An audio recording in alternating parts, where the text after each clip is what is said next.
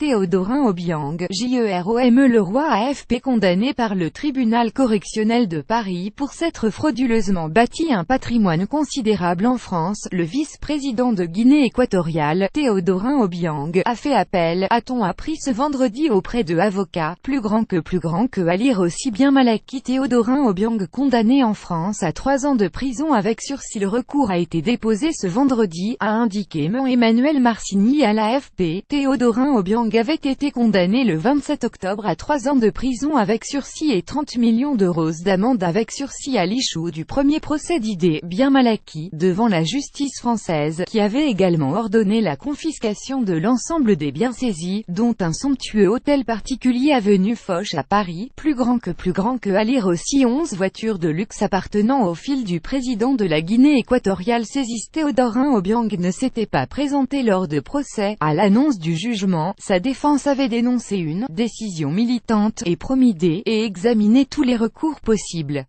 Un hôtel particulier de 101 pièces, avec hammam et discothèque. L'enquête, ouverte après des plaintes des associations Sherpa et Transparency International, avait mis au jour l'ampleur du patrimoine de Théodorin Obiang. Objets d'art, voitures de luxe, ou cet hôtel particulier de 101 pièces, avec hammam et discothèque, décoré de marbre et pourvu de robinets recouverts d'or.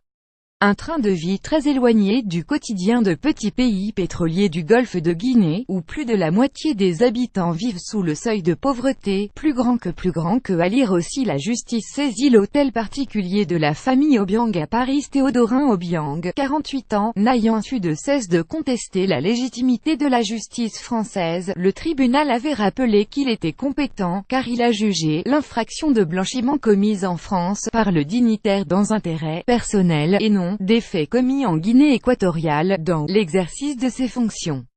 Les sommes blanchies en français estimées à 150 millions d'euros.